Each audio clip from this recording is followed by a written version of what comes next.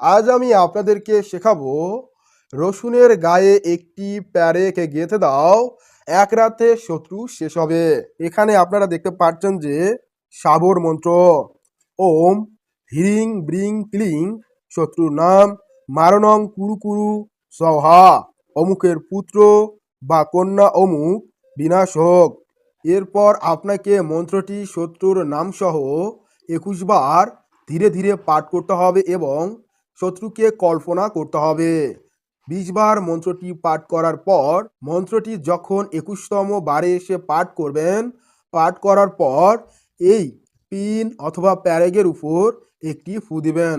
ফু দিয়ে আপনারা শত্রুর মাথা কল্পনা করে আপনি এটা অনুভব করবেন যে আপনি আপনার শত্রুর মাথায় এই প্যারেকটি ঢুকিয়ে দিলেন শত্রুকে বিনাশ করার উদ্দেশ্যে।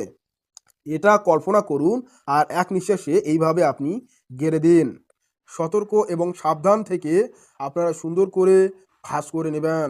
ভাঁজ করে এরকম পুঁটুলি তৈরি করে নেবেন এবং শত্রুর সীমানায় অতি গোপনে পুঁতে রাখুন।